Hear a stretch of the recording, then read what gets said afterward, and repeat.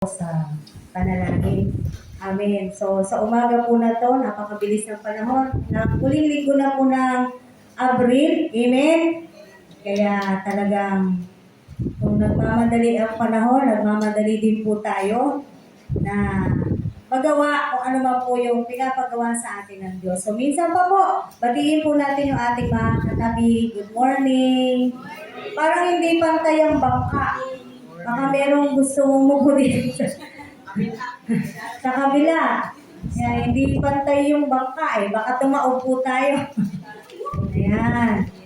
So, hindi natin alam kung ano mga kadahilanan, bakit wala po yung iba. Ganun pa man, patuloy po ang ating gawain dahil ang araw na to ay hindi po para sa atin. Amen. Hindi po para kanino man, ang araw na to ay para po sa ating Diyos na buhay. Amen. Purihin po ang Panginoon. Tayo po ay manalangin na muli, minsan pa, sa panimula po ng ating gawain. Muli, Panginoon, nagpapasalamat kami sa iyo at patuloy na wini-welcome namin ang presensya ng Banal na Espiritu sa aming pong kalagitnaan. Banal na Espiritu na ikaw ang aming tagapagpahayag, tagapagturo, tagagabay, at patuloy na ikaw yung nag-uudyok sa amin kung ano yung mga desisyon dapat gawin at kung paano kami mamuhay araw-araw. Kaya naman nagpapasalamat kami sa iyo dahil lagi kang nariyan para sa amin. Purihin ka, kaya sa oras na to, sa anumang pong mga salita na ipagkakaloob, patuloy Panginoon na kumilos ka sa lahat ng makakapakinig, O God. Patuloy na maitaas ka sa lugar na to, lalo na sa buhay ng bawat isa bilang isang iglesia. Magdingding, magliwanag ang buhay ng bawat isa. At patuloy Panginoon na nagpapasalamat kami sa iyo sa biyaya mo. Dahil sa biyaya mo nakakapagpatuloy kami. Dahil sa iyo, nananatili kaming malakas, nakatayo, nakatindig sa kabila ng napakarami po naming nararanasan, ay nandyan ka para sa bawat isa sa amin. Maraming salamat po. Salamat sa kalakasan, sa buhay. Salamat Panginoon at patuloy na ikaw po, O God, ang maparangalan namin sa buong maghapon na to. Wala po kaming nais na ibang itaas at luwalhatiin sa umaga na to, kundi tanging ikaw lang. Salamat po ng marami Panginoon, purihin ka. Amen. Amen. Gusto ko pong simulan ang ating pong gawain bilang introduction po. This is not our main verse, pero gusto ko siyang simulan sa Mateo 25, kung saan po ito po yung parabola ng 10 dalagang babae. Matthew chapter 25, verses 1 to 13. Nabasa niyo na po ito? The parable of the 10 virgins, pag po sa English version. Dito po sa ating Tagalog na Biblia, ang talinghaga tungkol sa 10 dalaga. So dito po natin sisimulan ang ating pag-aaral sa umaga na to, kung saan po ito po yung huling serye ng pag-aaral natin patungkol po sa kaligtasan or salvation. Matthew 25 verses 1 to 13 po. Babasahin po natin. So, mas marami po tayong babasahin verses po ngayon. So, more of Bible reading po sa atin sa umaga na to. Simulan po natin basahin. Dito maitutulad ang pagpasok sa kaharian ng Diyos. May 10 dalagang lumabas upang sumalubong sa lalaking ikakasal. Bawat isa ay may dalang ilawan. Ang 5 sa kanila ay hangal at ang 5 ay matalino. Ang mga hangal ay nagdala ng kanilang mga ilawan, ngunit hindi nagbaon ng langis. Subalit ang matatalino ay nagdala ng langis, bukod pa sa kanilang ilawan. Nabalam ng dating ang lalaking ikakasal, kaya't inantok silang lahat at nakatulog. Ngunit ang hating gabi na ay may sumigaw. Narito ang lalaking ikakasal, salubungin ninyo. Agad nagbangon ang 10 dalaga at inayos ang kanilang ilawan. Sinabi ng mga hangal sa matatalino, bigyan naman ninyo kami ng kaunting langis. Aandap-andap na ang aming mga ilawan eh. Baka hindi magkasya ito sa ating lahat, tugon ng matatalino. Mabuti pa'y pumunta muna kayo sa nagtitinda at bumili ng para sa inyo. Kaya't lumakad ang 5 hangal na dalaga, Samantalang bumibili sila, dumating ang lalaking ikakasal. Ang 5 nakahanda, ano nangyari? Ay kasama niyang pumasok sa kasalan at ipinilid ang pinto. Verse 11. Pagkatapos dumating naman ang 5 hangal na dalaga. Panginoon, papasukin po ninyo kami, sigaw nila. Ngunit tumugon siya, sinasabi ko sa inyo, hindi ko kayo nakikilala. Kaya magbantay kayo sapagkat hindi ninyo alam ang araw ni ang oras. Sa ating pong panimulang pag-aaral na ating pong binasa patungkol po dito sa talinghaga na to ng 10 dalaga. Yung 10 dalaga ay nagre-representa po ng mga sinasabi po nila or they are professing that they are followers of Christ. So, ibig sabihin, ito po ay mga Kristiyano. Amen. No? So, yung anong nangyari po doon? Yung spiritual readiness nung 5, nakahanda sila. Yung 5 ay hindi. Kaya nga yung 5, ang tawag sa kanila ay wise. Yung 5 po, ang tawag sa kanila ng Biblia ay ano? Hangal. Diba? Ano pang ginawa nila? Natulog pa nga. Dahil nainip eh. Tama? Natulog pa nga. Kumbaga, may hinihintay sila. Alam nilang may hinihintay sila. Alam nilang may darating. Kaya nga sila nandun. Tama po ba? Pero hindi sila naghanda. So marami pong Kristiyano ganyan. Alam naman nila, darating ang Panginoon. Pero hindi naghahanda. Pero pag-usapan natin yung 5 matatalino. So, yung 5 matatalino, nakapasok po sila sa English version po sa wedding banquet ng Panginoon. Ano sabi sa pahayag? Ang Panginoong Jesus natin, siya ang groom. Tama po? At kanino siya ikakasal? Sa church, sa iglesia. At nakita po natin dito sa ating pong pagnimulang pag-aaral, nung isinara ang pinto, kahit anong sigaw ng 5 dalaga, may nangyari po ba sa pagsigaw nila? Wala.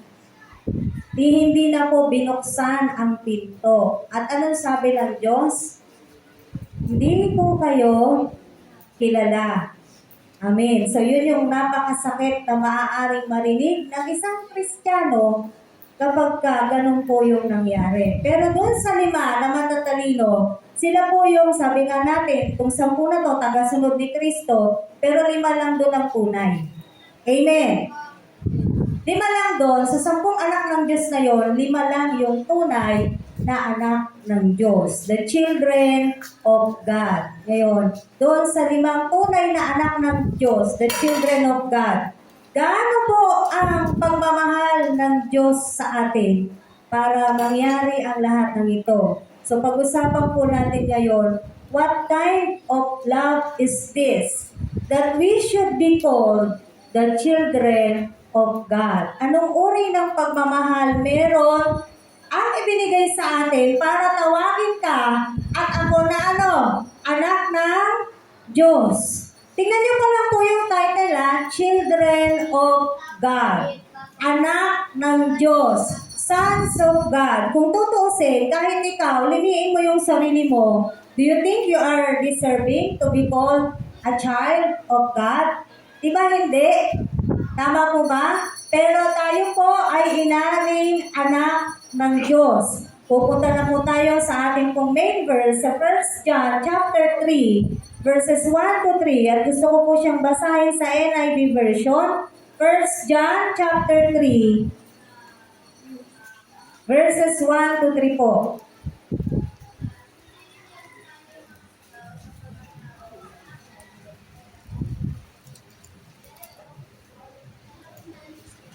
Ayan, nakita nyo na po. Unang 1, Kabanata 3, talata 1 hanggang 3. Sabi po rito sa NIV version, how great is the love the Father has lavished on us, that we should be called children of God. And that is what we are. The reason the world does not know us is that it did not know Him. Dear friends, now we are children of God, and what we will be has not yet been made known. But we know that when He appears, we shall be like Him. for we shall see him as he is. Verse 3, everyone who has this hope in him purifies himself just as he is pure. Salamat Panginoon sa pagbabasa ng iyong salita. Sa umaga na to, patuloy na buksan mo ang kaisipan at puso ng mga nakakapakinig, Lord God, ng iyong salita. Ano sabi po dito sa ating binasa? How great is the love the Father has lavished on us that we should be called children of God. Again and again, sinasabi po natin na hindi po lahat ng tao ay anak ng Diyos. Lahat ng tao nilikha ng Diyos. Pero hindi lahat ng tao ay anak ng Diyos. Balik-balikan po natin yung ating introduction. 10 doon, sabi nila silang lahat followers ni Kristo. Silang lahat anak ng Diyos. They are claiming that. Pero makita natin sa bandang huli, malalaman natin kung sino yung mga tunay na anak ng Diyos. Tama po ba? Dahil kilala ng Diyos, alam ng Diyos kung sino ang kanyang mga anak. Amen. At doon sa mga anak niya, napakabiyaya at napakadakila ng kanyang pag-ibig. Ngayon, sino po ba yung mga tunay na anak ng Diyos? John 1:12. Babalikan lang po natin itong mga verses na to para maliwanag. Nakikita po natin sino yung mga tunay na anak ng Diyos. Ngunit ang lahat ng tumanggap at nanalig sa Kanya ay pinagkalooban niya ng karapatang maging anak ng Diyos. So maliwanag po rito, sino lang ang anak ng Diyos? Lahat ng tumanggap at nanalig sa Kanya. Yun lang yung binigyan niya ng karapatan. So pati po yung karapatan, ang Diyos po ang nagkakaloob. Ang Diyos ang nagbibigay. Hindi ikaw yung magdidesisyon kung ikaw ay magiging anak ng Diyos o hindi.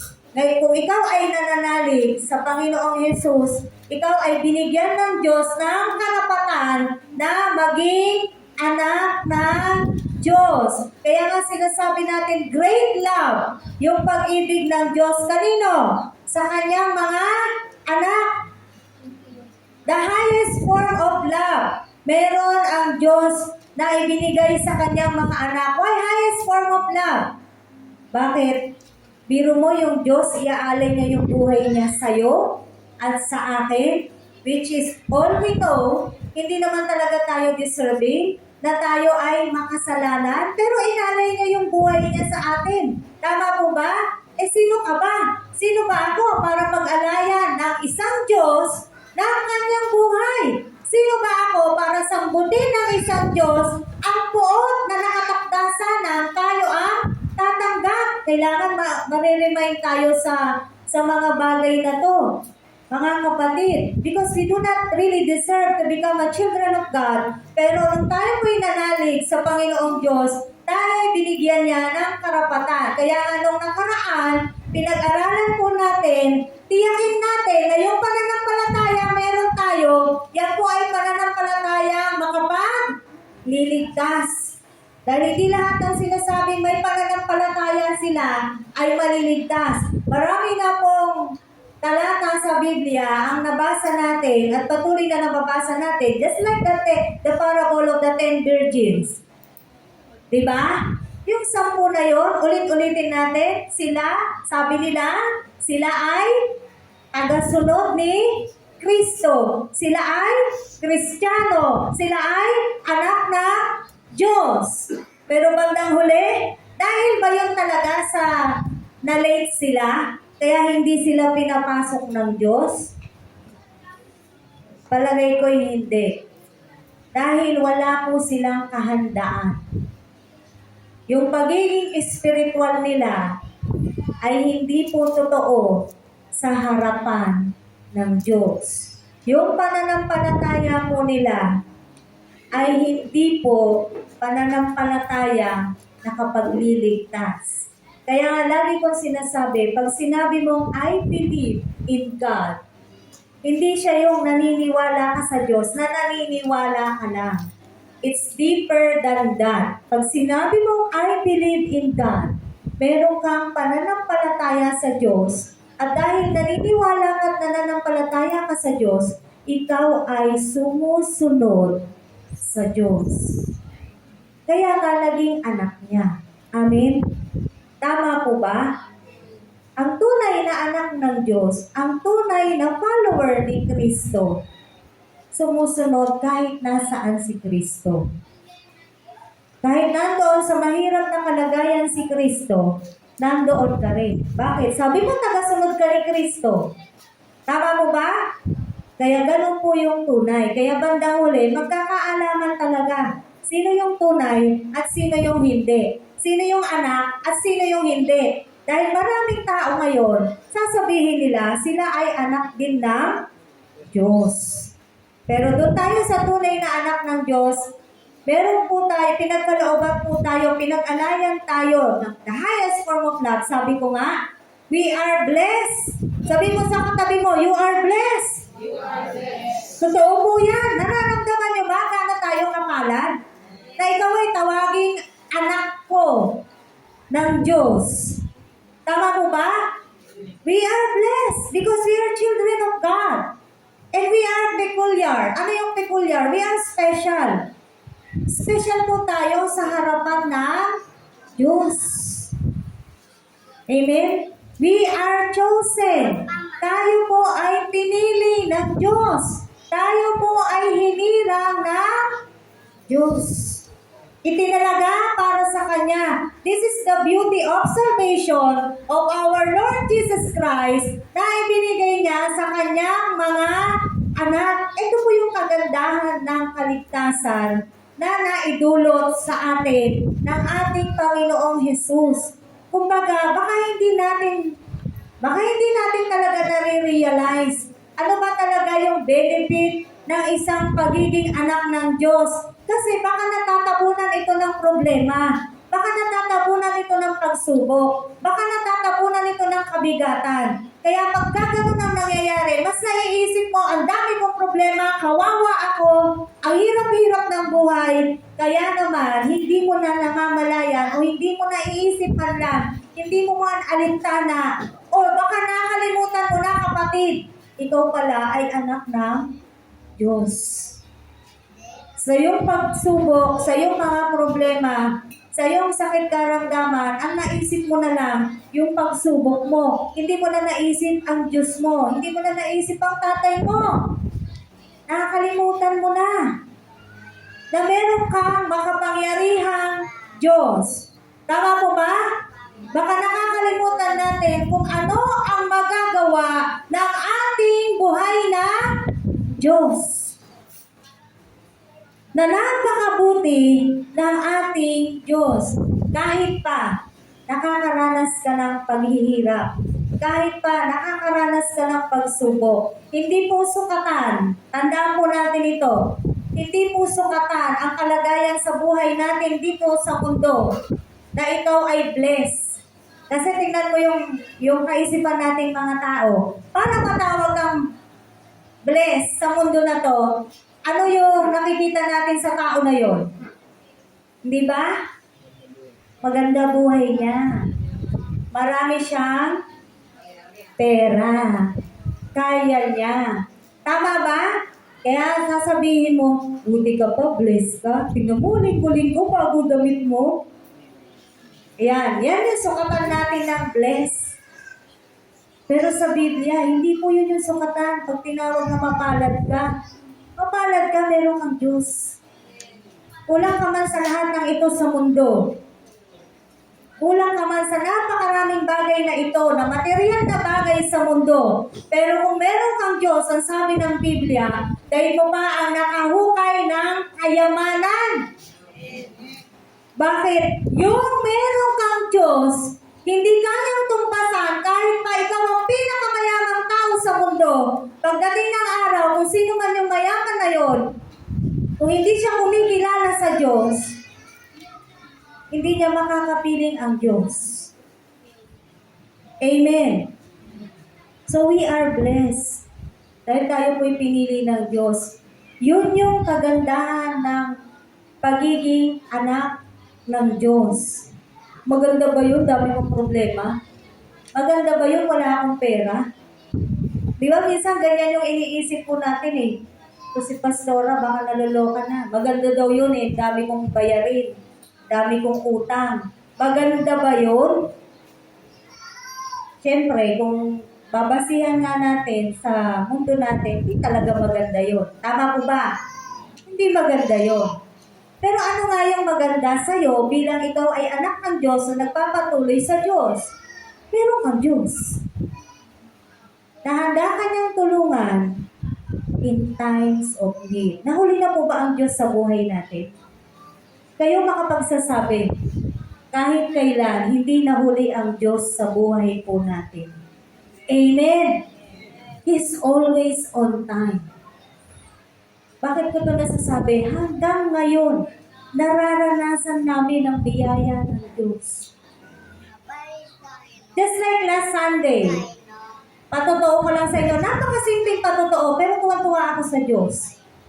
Nung Sunday po, gutom ako. Nagugutom kami. Pag-uwi. Tapos may binili ako sa tindahan. Sabi ng may-ari ng tindahan, ma'am kasi tawag niya, kasi alam niya, teacher ako dati. Ma'am, saglit lang. Kaya ako naman, di saglit lang, gumanyan lang ako. Paglabas, may dala ng pagkain. Masarap. Yung mga ganon sa akin talaga, napupuno ang puso ko eh. Diba? Ang puti-puti ng Diyos. Napakasimple. Baka sabihin ng iba, ang babaw mo naman. Di naman 1 milyon yung natanggap mo. Hindi, sa akin hindi ka babawan yun. The mere fact na alam ng Diyos kung ano yung nararamdaman namin, tapos pinrovide niya, that's a miracle for me. Kaya lagi akong natutuwa at nagpupuri kahit pa hindi halata sa mukha ko na natutuwa ako. Amen po ba?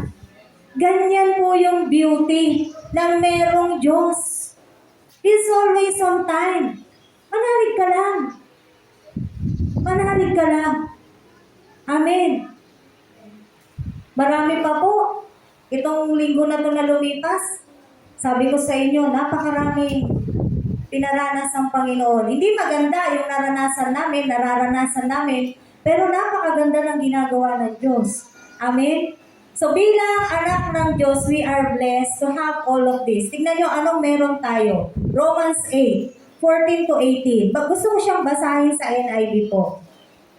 Baka kasi hindi natin napapag-isip-isip na ikaw ay anak ng Diyos, yun nga, baka natatabunan ng mga problema, yung kaisipan mo na ikaw ay anak ng Diyos. Tingnan natin, bilang ikaw ay anak ng Diyos, ako ay anak ng Diyos, tingnan mo yung ganda na binibigay ng Diyos o ibibigay ng Diyos balang araw sa kanyang mga tunay na anak. Romans 8:14 to 18. Ilan lang po yung babanggitin natin, no? So nakita nyo na po, Roma 8:14 hanggang 18. Sabi po rito, because those who are led by the Spirit of God are sons of God. Ito maliwanag po ito ha. Those who are led by the Spirit of God, sila yung sons of God. Amen? For you did not receive a spirit that makes you slave again to fear, but you received the spirit of sonship. And by Him, dahil nakatanggap tayo ng Espiritu, nung tayo ay inadapt ni Kristo, we are adopted. Alam niyo po ba yon? We are adopted by our Lord Jesus Christ. Nung tayo po inadapt ni Kristo, eto na! Tingnan mo yung beauty. And by Him, we cry, Abba, Father. The Spirit Himself testifies with our spirit that we are God's children. Now, if we are children, ito pa isang maganda. Then we are heirs. Tama ba ako ng pronunciation? Heirs.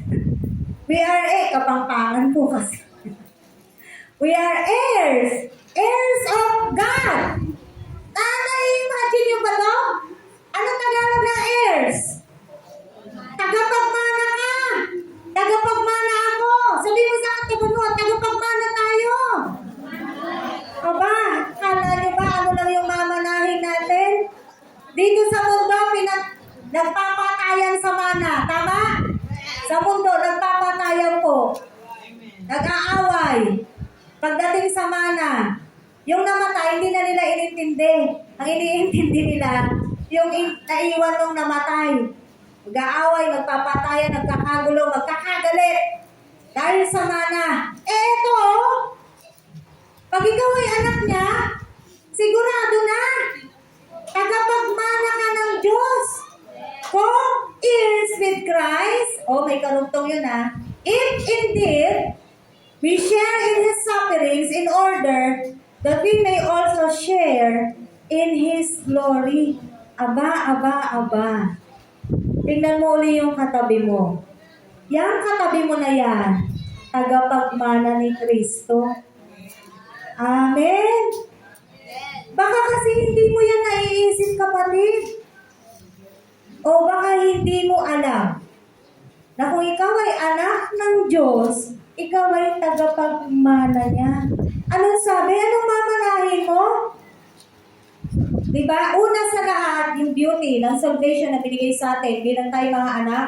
Una sa lahat, binigyan ka niya ng karapatan na makatawag ka sa kanya, Abba, Father. Dapat natatanggapin niya yung prayer mo at pinakikinggan niya yung prayer mo. At masarap sa tainga ng Diyos yung tatawagin mo siyang Ama ko. Tama mo ba? May karapatan na tayong tumawag na Abba, Father. Alam niyo yung mga wordings na to? Na you have now the right to cry, to shout out, Abba, Father. Kasi nga hindi lahat. Naiisip niyo ba yun? Kasi nga hindi lahat may karapatan na tumawag na Abba, Father. Amen. Doon pa lang, solve na po tayo eh. Biro mo, sa ilang populasyon ng tao sa mundo, isa ka sa binigyan ng karapatan ng Diyos na tawagin mo siya, Abba, Father. Tapos, bukod doon, gagawin ka pa niya tagapagmana. Tingnan niyo ang mga mamanahin natin. Matthew 25:35. Matthew 25:35. Anong mamanahin natin?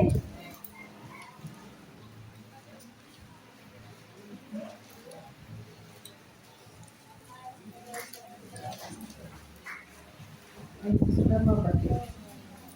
25:35. Matthew. Yung mamanahin mo yung kaharian ng Diyos. Mali ata ako ng sulat po.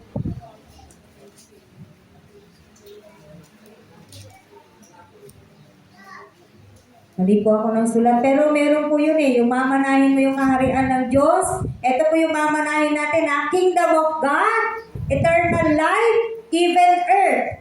Ipamamana niya, Matthew 5:5. Doon po muna tayo sa Matthew chapter 5, verse 5.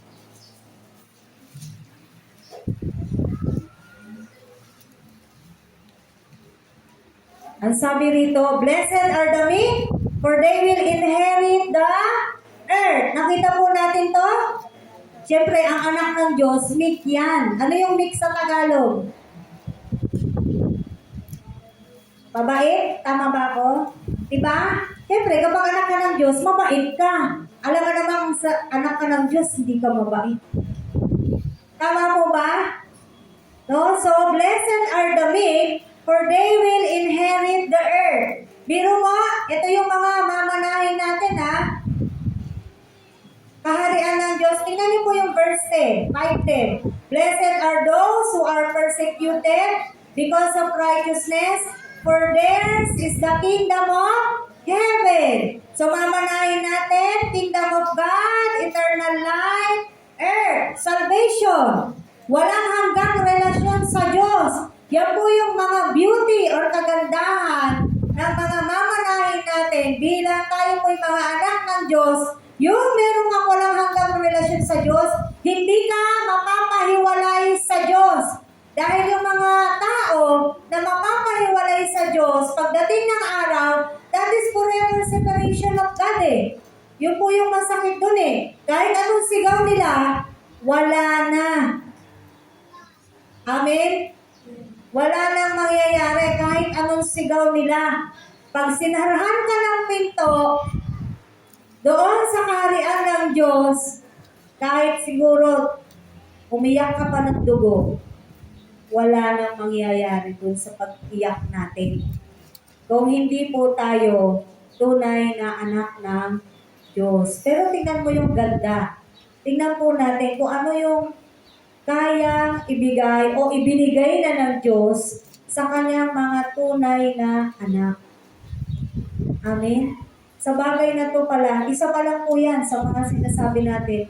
Dito pa lang sa bagay na to, dapat nagagalak na tayo, natutuwa na tayo, mas lalo kang napapamahal sa Diyos mo, sa Ama mo, kasi mas lalo kang tatawag sa Kanya, Abba, Father. Biro mo, tagapagmana ka niya. Tama po ba? Eh dito po sa lupa, halimbawa, alam mo ito, mamanahan ka nito. Di ba inaalagaan to ng gusto? Minamahal ng gusto. Ano kailangan mo? Tingnan mo, ibibigay niya. Tama po ba? Bakit? Alam mo, may bibigyan ka niya ng mana eh. Alam mo, may makukuha ka dito eh. Kaya hindi mo lulubayan yan sa pag-aalaga, ipagtatanggol mo pa nga. Kapatid, ngayon alam mo, tagapagmana ka ni Kristo. Ano dapat mong gawin? Tama mo ba? Ano dapat yung response natin? Ngayon na nare-realize natin na tayo ay tagapagmana ni Kristo. Tingnan niyo yung mga ipapamana niya, hindi po ito biro. Pati earth, ipapamana niya. Kaharian ng Diyos, ipapamana niya. Kaligtasan, ipapamana niya. At higit sa lahat, yung hindi ka mapapahiwalay sa Diyos. Magpapatuloy ang relasyon natin sa Diyos. At yun po yung magandang ninanais natin talaga, na hindi tayo mapahiwalay sa ating tagapagligtas. Hindi tayo mapahiwalay doon sa magbibigay sa atin ng mana. Amen? Napakabuti ng Diyos. Amen. Ano pa po yung beauty or yung ganda ng pagiging anak ng Diyos? John 14. John chapter 14 verses 1 to 4. Maigli lang po itong pag-aaralan natin. John chapter 14 verses 1 to 4. Sabi po rito, kung ikay anak ng Diyos, kasama ka rin dito. 14, 1 to 4. Sabi niya rito, do not let your hearts be troubled. Trust in God, trust also in me. In my Father's house are many rooms. Sa ibang version, mansion po ito. If it were not so, I would have told you. I am going there to prepare a place for you. And if I go prepare a place for you, I will come back. Diba? Sabi niya, I will come back and take you to be with me, that you also may be where I am. You know the way to the place where I am going. Basahin natin sa Tagalog. 1. Diba ang ganda po ng sinasabi? Hanggang huwag kayong mabalisa, manalig kayo sa Diyos at manalig din kayo sa akin. Sa bahay ng aking Ama ay maraming silid. Kung hindi gayon, sinabi ko na sana sa inyo. At paroroon ako, ba't siya pupunta doon? Upang ipaganda ko kayo ng matitirhan. Kapag naroon na ako at naipaghanda na kayo ng matitirhan, anong gagawin ng Diyos? Babalik ako at isasama kayo sa kinaroroonan ko. At alam na ninyo ang daan patungo sa pupuntahan ko. Amen. Kapatid, isasama ka ng Diyos kung saan siya naroon. Kapag ikaw ay anak niya, entering the presence of our Lord Jesus Christ. Biro mo, pag nangyari ito, alam niyo po ba kung anong lalakaran niyo dun sa kaharian ng Diyos na inihanda niya? Itong sinabi niya na to, na inihanda niya para sa kanyang mga anak. lantay na ginto. Bakit? Ganon ka-espesyal sa Diyos ang kanyang anak. Kaya nga peculiar eh. We are special eh. Bawat isa sa mga anak ng Diyos po ay espesyal. Amen. Kaya din tayo, dahil espesyal ang turing ng Diyos sa atin, kaya din po tayo, sinabi ko rin to sa mga bata kahapon, when we give, when we do things para sa kanila, special din. Hindi tayo gumagawa o nagbibigay ng hindi espesyal. When we do things, we make it a point na magugustuhan ng mga bata, matutuwa ang mga bata, de kalidad, quality yung ibibigay natin sa mga bata. Hindi lang sa mga bata, every time na meron po tayong gawain. Amen. Kahit na sabihin mong papel lang yan, yung espesyal na papel ang gagamitin natin sa espesyal para sa Diyos. Kasi ikaw nga, espesyal tingin niya sa'yo eh. Tama po ba? Espesyal po tayo sa Diyos. Kaya ganito na lang yung sinabi niya.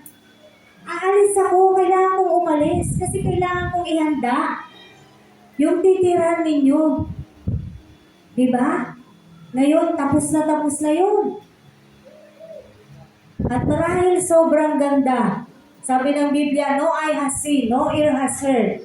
No mind can know what God has in store for us. Kung ano man yung beauty na nakikita mo sa kaisipan mo o maaari mo ma-imagine, higit pa doon, yung inihanda ng Diyos sa kanyang mga anak, sa ating mga anak niya. Amen! Dito nagpapakahirap tayo para magkaroon tayo ng sarili nating bahay. Diba?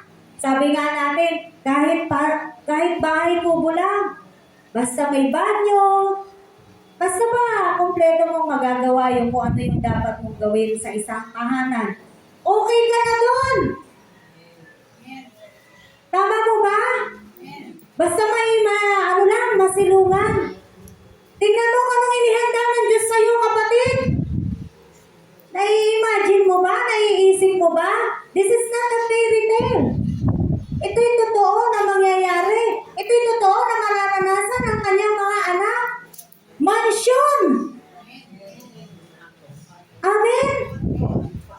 Kung dito, nakatira ka sa barong-barong, pero anak ka ng Diyos, pagdating mo doon, special ka. Kaya nga nag-aaral tayo at manalig. Dahil kung hindi po natin yung gagawin, alam na natin kung saan tayo.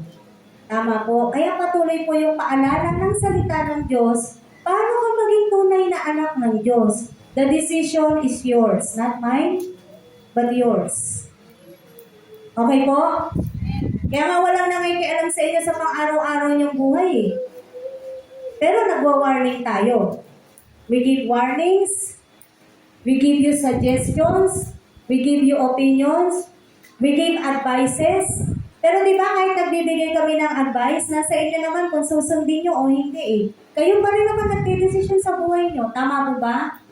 Sa tingin namin, ito yung tama according to the Word of God, pero kayo pa rin ang nasusunod sa buhay nyo. That's why salvation is personal. Hindi pwede sabit-sabit. Sabit ako sa'yo, sabit ako sa paa mo, hindi pwede. Kanya-kanya tayo ng kaligtasan. Ngayon, the reason may iglesia, may church, the reason may nagtuturo, para makinig ka sa salita ng Diyos, para madagdagan ang pananampalataya mo, para makilala mo ang Diyos, and through those words, sa pamamagitan ng salita ng Diyos, mapabago ka kung didesisyonan mo. Kaya lang, again, nasa inyo. Tama. Kasi madalas sinasabi natin, ang hirap yan. Hindi ko kaya. Hindi ko kayang i-give up ito. Hindi ko kayang gawin ito. Kasi nakasulat naman po sa Biblia, sino yung mga hindi makakarating sa kaharian ng Diyos.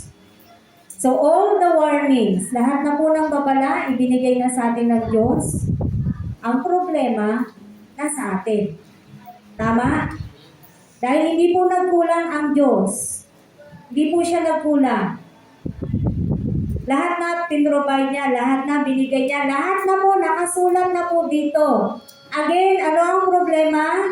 Hindi nakikinig, hindi nagbabasa, hindi sumusunod. Yun ang problema. Tama po. Kaya kung gusto mo talaga, gagawin mo kung ano yung nire-require ng Diyos. Abide in me, and I will abide in you. But if you're not abiding in God, paano siya mag-a-abide sa'yo? Ikaw nga ayaw mo. Tama? Napaka-unfair naman sa Diyos. Kaya nga ngayon, malaya natin nagagawa ang mga bagay-bagay. Pagdating ng araw, doon natin makikita lahat, doon natin mararanasan lahat, doon natin masasaksihan lahat. Paulit-ulit natin sinasabi, masasaksihan natin ang lahat pagdating ng pagharap natin sa Diyos. Doon na magkakaalaman. Amen. Pag-graduation na po natin. Pagharap natin sa Kanya. And the reality is, each one of us will face judgment. Yun yung katotohanan. Lahat po tayo haharap sa Diyos. Lahat tayo huhukuman ng Diyos. Basahin natin, dili-dilihin po natin palagi. According sa ginawa natin. Pag tayo huhukuman, according sa ginawa natin. Because, uulitin natin ulit, if you are, kaya nga inaral din natin yung true salvation natandaan niyo po ba?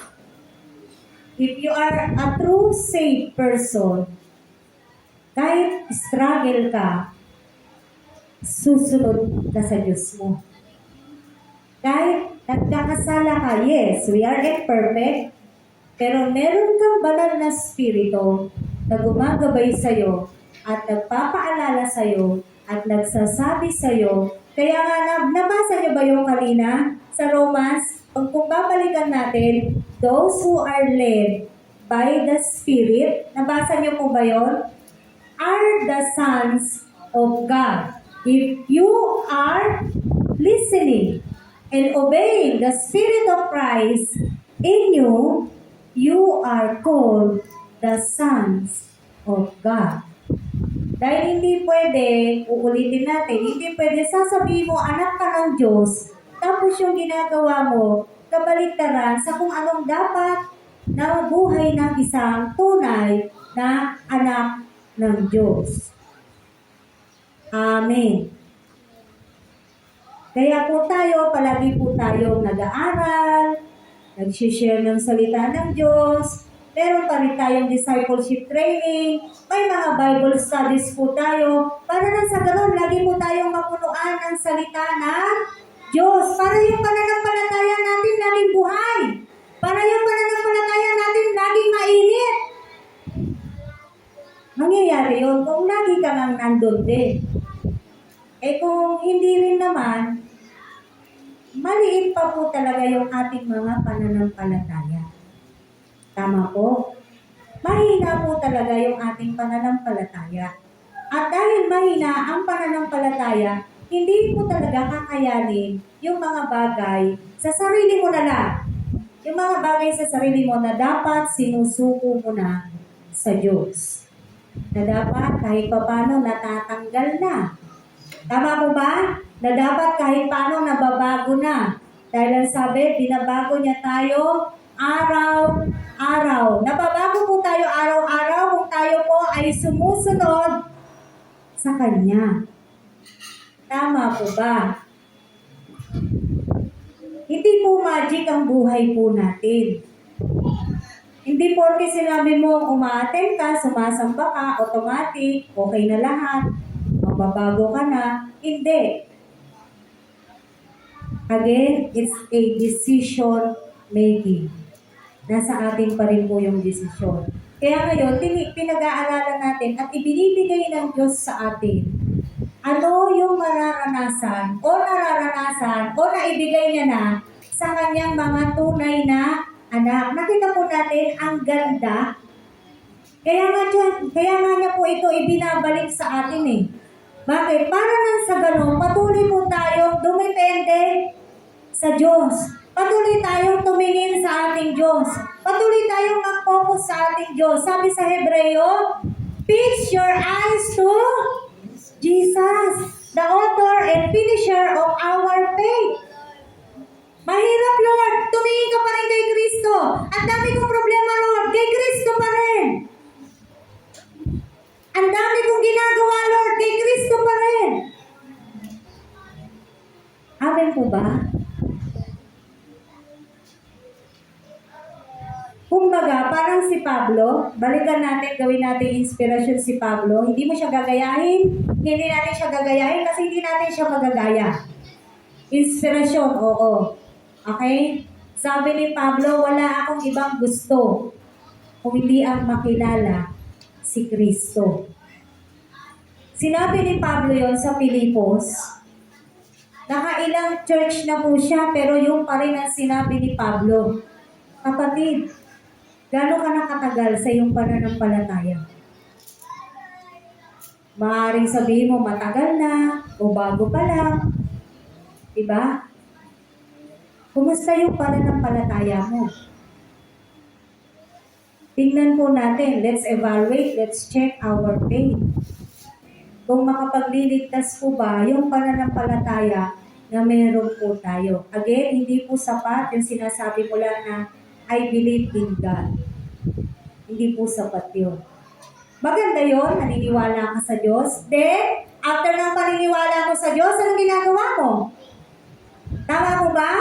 After you believe in God, ano gagawin mo? After mo malaman ang mga salita niya, anong response ng isa? Tunay na nananampalataya kay Kristo. Kaya kayo po, sinasabi natin, binibigay sa atin ng Panginoon, there is a lot of beauty if you are a children of God. Ang dami pong magaganda sa Diyos. Kaya nga sinasabi natin, beautiful ang God natin eh. Hindi yung beautiful na ano. Hindi yun eh. Not the literal term of the word beautiful. Amen? Alam ko, nauunawaan niyo ko. Tama po ba? Napakaganda ng Diyos natin. Kaya nga sabi rin sa awit, oh, taste and see that the Lord is good. Hindi mo naman talaga lalasahan. Kung hindi, naranasan mo, tama mo ba? Naranasan sa buhay mo, tingnan mo gano'ng kabuti ang Diyos. Tingnan mo anong kayang ibigay ng Diyos sa'yo, tagapagmana ka niya. Amen. Kasi nga palagi, nakatuon ang isip natin sa mga material. Pag sinabing tagapagmana, gusto natin, uy, tagapagmana ako, ilang milyon? Diba?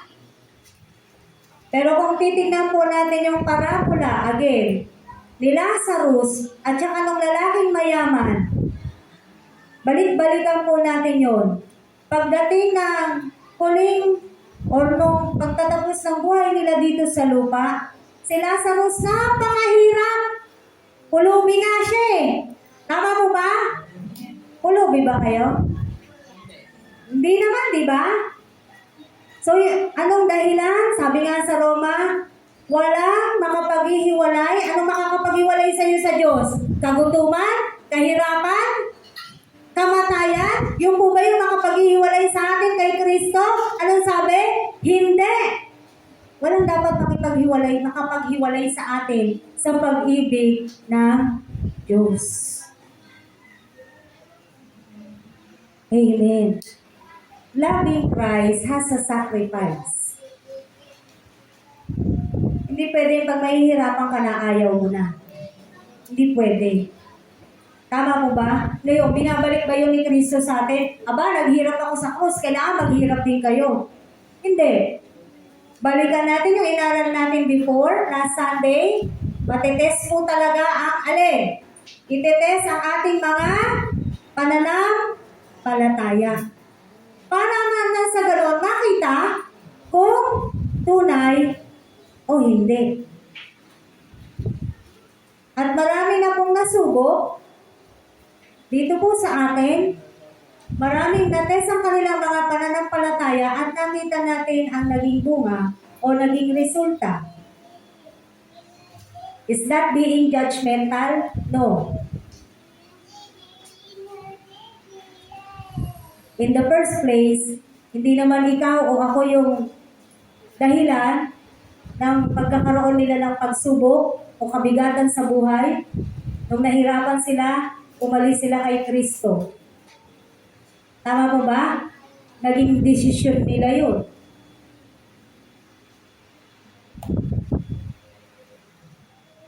So ngayon, binibigay sa atin ng Diyos, eto, tignan nyo anong kagandahan meron kay Kristo. Tignan nyo anong kagandahan meron sa isang anak ng Diyos. Una, magiging makakatawag ka na sa Kanya ng Abba Father. Pangalawa, ang dami mong mamanahin. We are co-heirs with Christ. Amen? Pero sabi doon, co-heirs with Christ, balikan nga natin yun. Roma 8.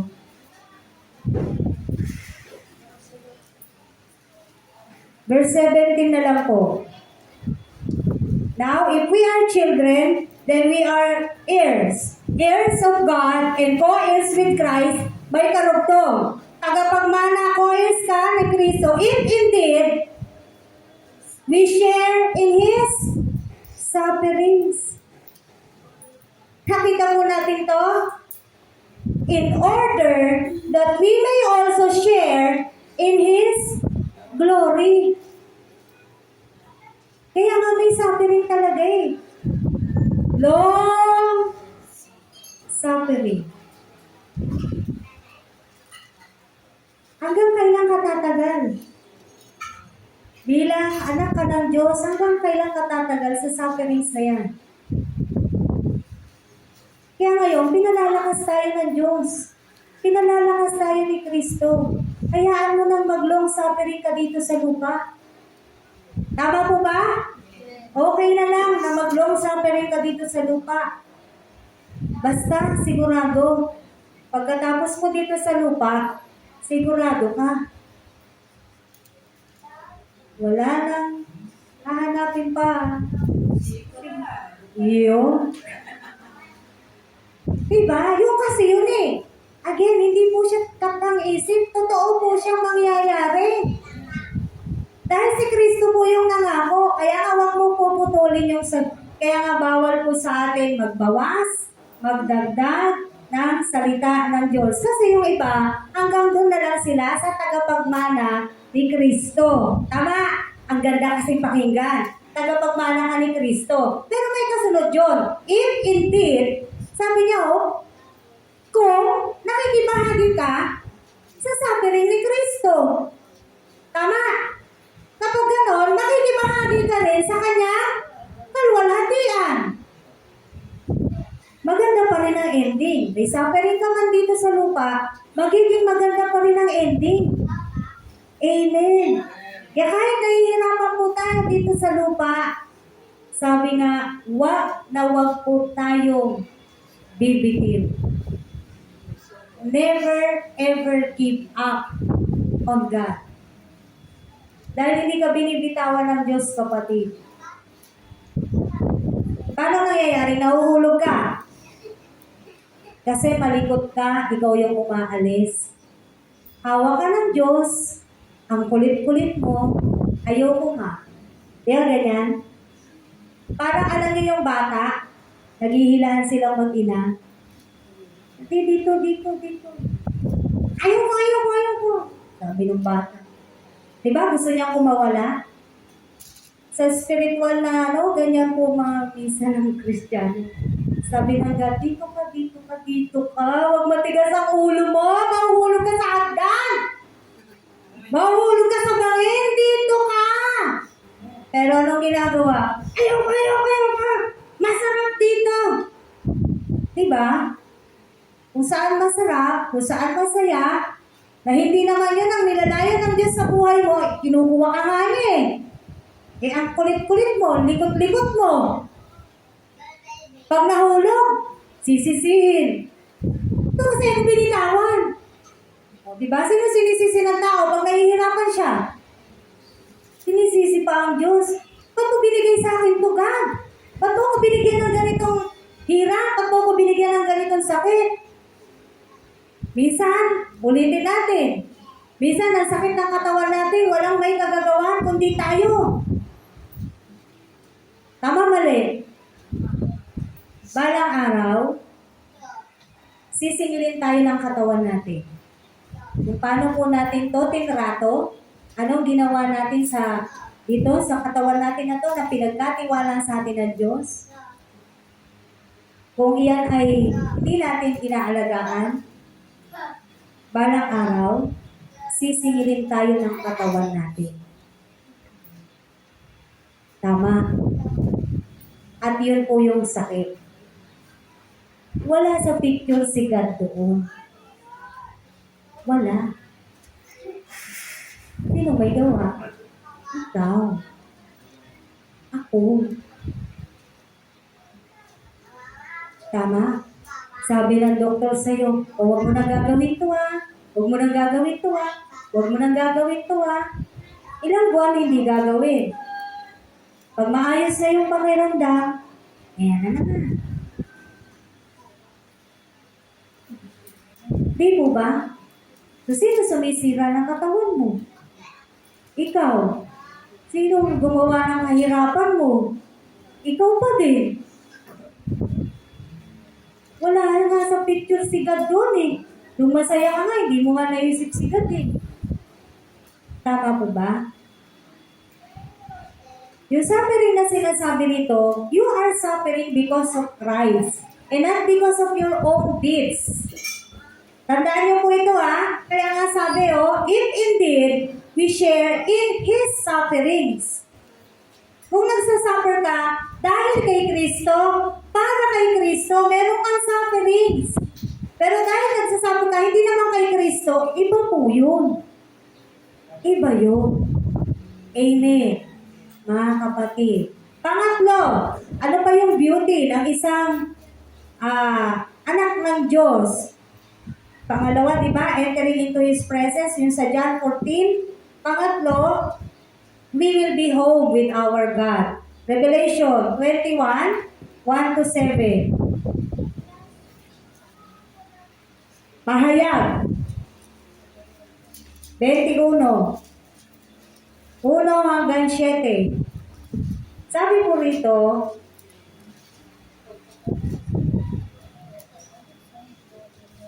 pagkatapos nito, nakita ko ang isang bagong langit at isang bagong lupa. Wala na ang dating langit at lupa. Wala na rin ang dagat. At nakita ko ang banal na lungsod, ang bagong Jerusalem, bumababa galing sa langit buhat sa Diyos. Gaya ng babaeng ikakasal, gayak na gayak sa pagsalubong sa lalaking mapapangasawa niya. Narinig ko ang isang malakas na tinig mula sa trono. Ngayon, ang tahanan ng Diyos ay nasa piling na ng mga tao. Mananahan siyang kasama nila at sila'y magiging bayan niya. Makakapiling nila ng palagian ng Diyos at siya ang magiging Diyos nila. At papahirin niya ang kanilang mga luha. Wala nang kamatayan, dalamhati, pag-iyak, at sakit, sapagkat lumipas na ang dating mga bagay. Verse 5. Pagkatapos ay sinabi ng nakaupo sa trono, ngayon, binabago ko ang lahat ng bagay. At sinabi niya sa akin, isulat mo, maaasahan at totoo ang mga salitang ito. Sinabi pa rin sa akin, naganap na, ako ang Alpha at ang Omega, ang pasimula at ang wakas. Ang sino mang nauuhaw ay bibigyan na walang bayad na tubig mula sa bukal na nagbibigay buhay. Ito ang kakamtan ng magtatagumpay. At ako'y magiging Diyos niya. Siya na may magiging anak ko. Amen!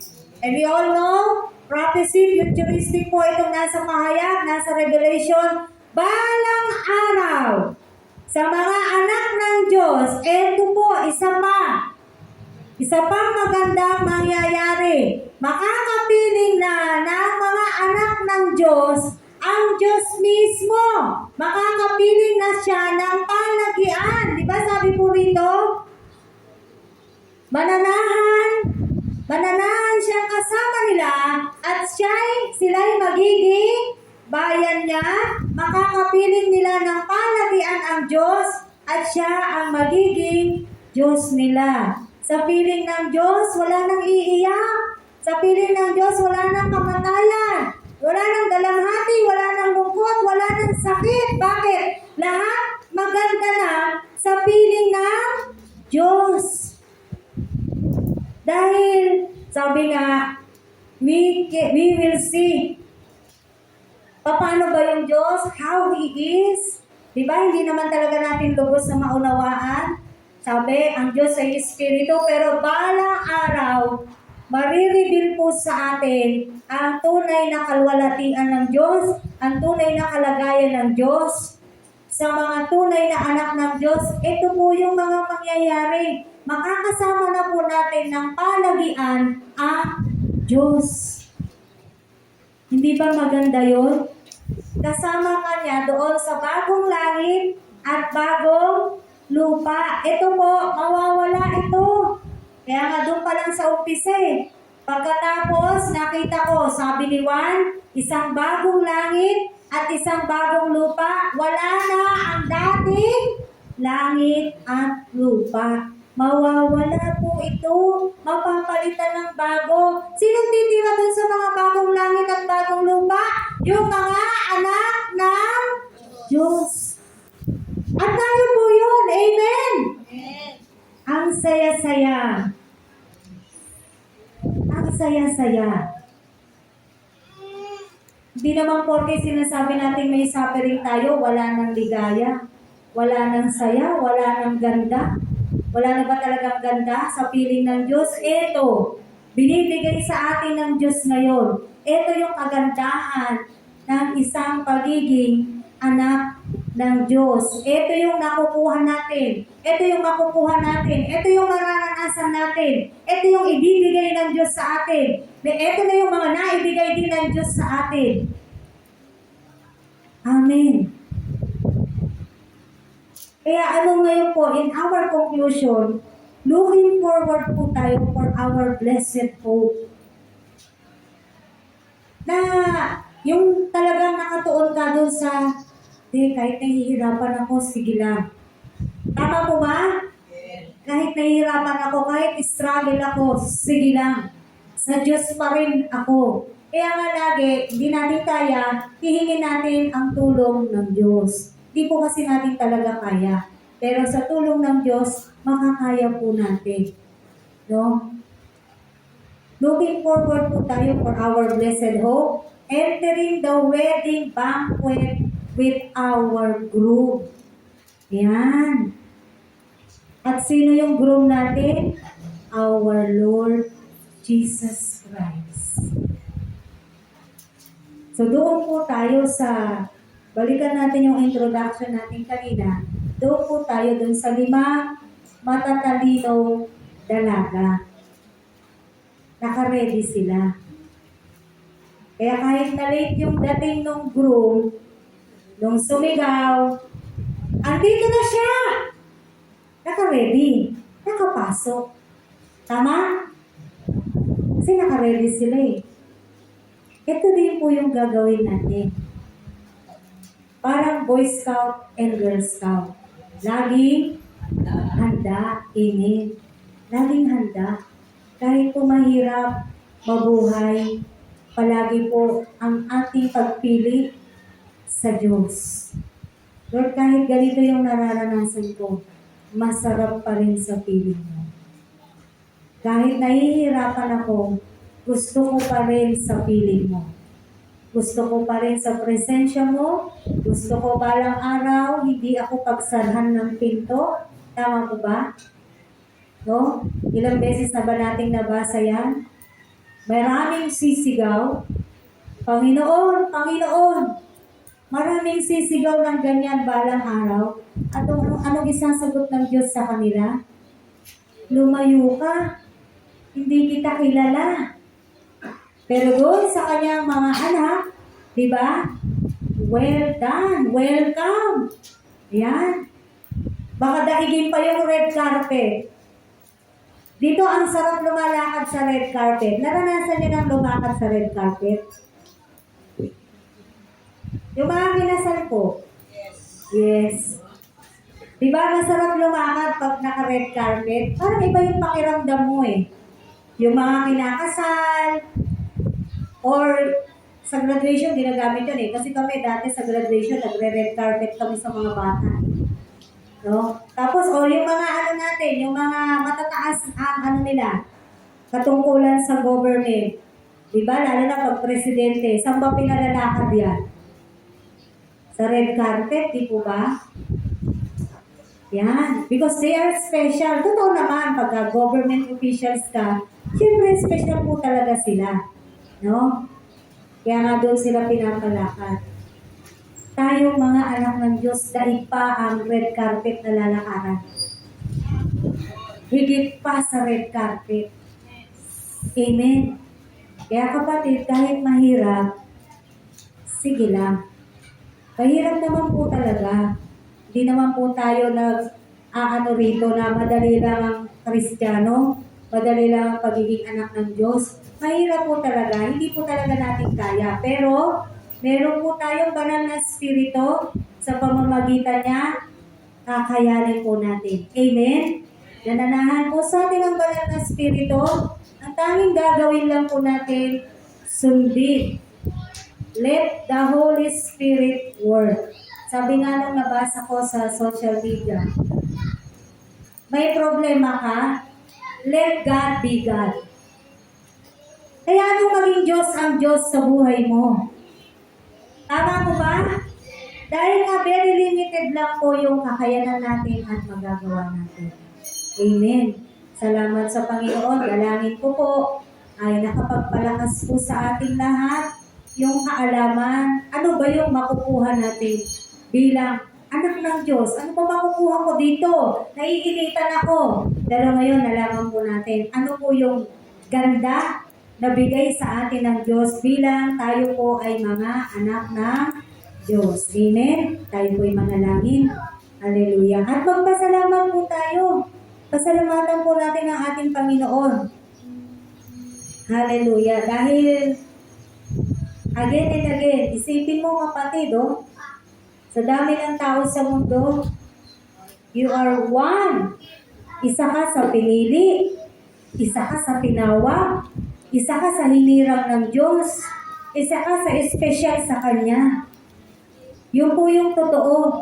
Kapag anak niya, espesyal yan sa harapan ng Diyos. Amen. Hallelujah. Let's give thanks to our Lord. Salamat, Panginoon.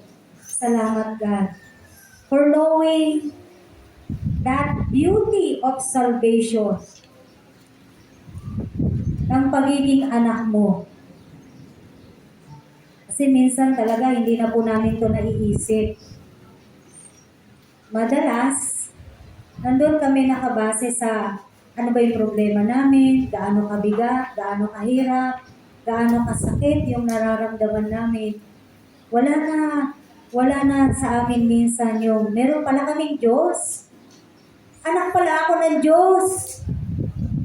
Tagapagmana pala ako ni Kristo. Pwede pala akong tumawag, Abba Father.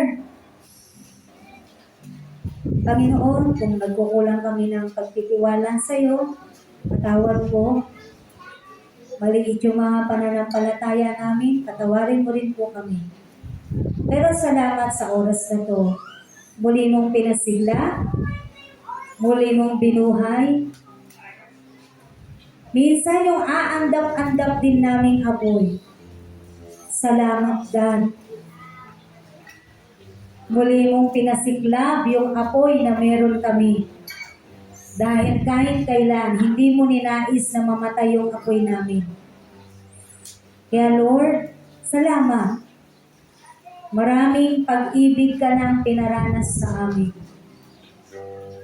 Maraming biyaya ka nang ibinigay sa amin. Maraming pagpapala ka nang ibinuhos sa amin. At hanggang ngayon, nararanasan po namin yan. Kahit po mahirap ang buhay namin sa mundo na to, pipiliin pa rin namin sa piling mo. Pipiliin pa rin namin, Panginoon, maghirap dito, suffer now, but happiness later.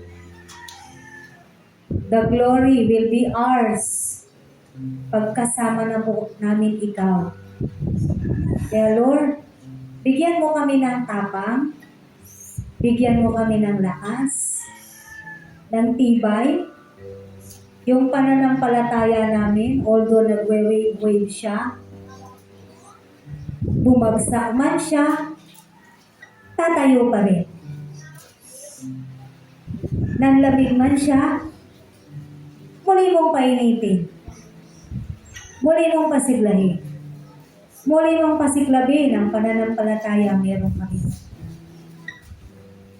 At higit sa lahat, salamat kasi anak mo kami. Salamat, pinili mo kami. Salamat at tinawag mo po kami. Salamat at espesyal kami sa iyong banal na harapan. Purihin ka, Dad. Purihin ka sa mga bagay na ito. We just realize now how great is your love to us. Grabe yung pagmamahal mo sa amin. Para gawin mo ang lahat ng ito, ibigay mo ang lahat ng ito, para ampunin mo kami. Grabe, God! Sobrang pagmamahal. Kaya maraming salamat. Nawa patuloy namin matutunan, i-value ka, pahalagahan ka, at lagi namin maisip yung ganda ng pagiging anak mo. Dahil darating ang araw, makakasama ka na po namin ng palagian. Kaya Lord, ang dalangin namin, manatili kaming tapat hanggang wakas. Amen.